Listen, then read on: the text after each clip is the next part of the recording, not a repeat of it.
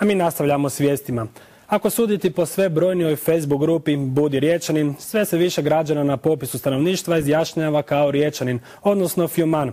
Ima li u tome istine, istražio je kolega Igor Šustić.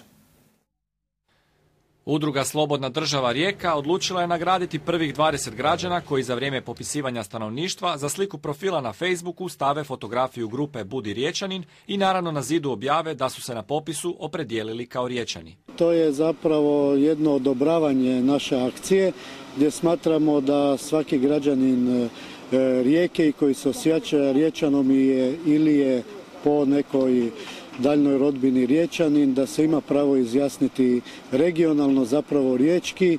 Unatoč činjenici da je na posljednjem popisu stanovništva tu mogućnost iskoristilo svega 30 Riječana, trenutačno prijavljenih 900-tinjak članova grupe ukazuje da bi se ove godine puno više ljudi moglo izjasniti regionalno. Nažalost, neki ljudi nisu bili informirani o tome i mislimo da na neki način regionalna pripadnost, odnosno osjećanje možda te regionalne pripadnosti samim time deklariranje je pravo svakog naših sugrađana da se tako izjasni. Nakon što se objave rezultati popisa stanovništva, saznat ćemo koliko Riječana doista osjeća jaču regionalnu pripadnost od nacionalne. To je za mene normalno, da se svak piše kako mu je volja i to je demokratski. Svak ima svoje šta će kako, snalazi se kako mu najbolje. To je osobna stvar svakog čovjeka.